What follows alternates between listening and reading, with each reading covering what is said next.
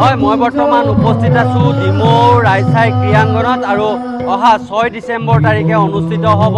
1600 গোপীক লৈ এই ৰাস অনুষ্ঠান অনুষ্ঠিত হ'ব এক ব্যতিক্ৰমী ধৰণে পোন প্ৰথমবাৰৰ বাবে ডিমৌবাসী ৰাইজ আৰু ৰাইচাইবাসী ৰাইজৰ সহযোগত উদযাপন কৰিবলৈ লোৱা হৈছে এই ৰাস মহোৎসৱ আৰু দেখিছে সম্পূৰ্ণ ষ্টেডিয়াম ভৰি গৈছে আৰু মই কেমেৰা সহযোগী সিটোফালৰ দৃশ্যও দেখুৱাবলৈ অনুৰোধ জনাম এইফালে যিমান গোপী আছে তাৰ বিপৰীত ফালেও সম্পূৰ্ণ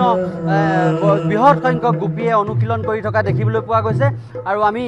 গোপীসকলৰ সৈতে কথা পাতিবলৈ চেষ্টা কৰিম কিয়নো পোন প্ৰথমবাৰৰ বাবে এইবাৰ ডিমৌ যি ৰাইচাই ক্ৰীড়াংগনত ইয়াত 1600 গোপী একেলগে তেওঁলোকে ৰাস ক্ৰীড়া কৰিব মই তোমাৰ ওচৰলৈ আহিছোঁ প্ৰথমতে কেনেকুৱা লাগিছে ব্যতিক্ৰমী ধৰণে ৰাস অনুষ্ঠিত হৈছে এইবাৰ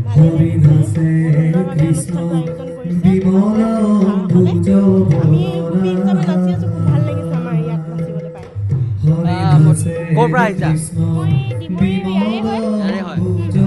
কেনেকুৱা ৰাস প্ৰথমবাৰ নাচিছা নে ইয়াৰ আগতে নাচিছা ভাল লাগিছে আৰু আছে গোপীসকলৰ সৈতে কথা পাতিবলৈ চেষ্টা কৰিম কিয়নো তেওঁলোকে এতিয়া অনুশীলনত ব্যস্ত হৈ আছে মই আপোনাৰ ওচৰলৈ আহিছোঁ ইয়াৰ আগতে ৰাস নাচিছে ক'ৰ পৰা এটা কথা ক'ব লাগিব যে এইবাৰ শিৱসাগৰৰ পৰা সমগ্ৰ ডিমৌ সমষ্টিৰ বিভিন্ন প্ৰান্তৰ পৰা এইসকল গোপীয়ে তেওঁলোকে ইয়াতে নৃত্য আখৰা কৰি থকা দেখিবলৈ পোৱা গৈছে আৰু বিভিন্ন প্ৰান্তৰ পৰা যুৱতী বোৱাৰীসকল আহিছে আৰু তেওঁলোকে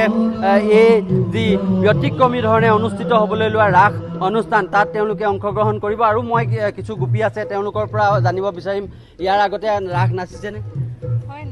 ক'ৰ পৰা আহিছে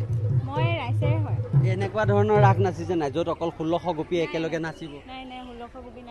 1600 গোপী আগতে 1600 গোপীৰ লগত নাচিছেনে নাই কেনেকুৱা অনুভৱ কেনেকুৱা হৈছে ভাল লাগিছে হয় ক'ব লাগিব ব্যতিক্ৰমী ধৰণে অনুষ্ঠিত কৰা এই ৰাস অনুষ্ঠান ডিমৌৰ ৰাইচাই ক্ৰীড়াংগনত অনুষ্ঠিত হ'ব য'ত একেলগে 1600 গোপীয়ে নৃত্য কৰিব আৰু অহা 6 ডিচেম্বৰ তাৰিখে অনুষ্ঠিত হ'ব আৰু উদযাপন সমিতিয়ে সকলো ৰাইজৰ উপস্থিতি কামনা কৰিছে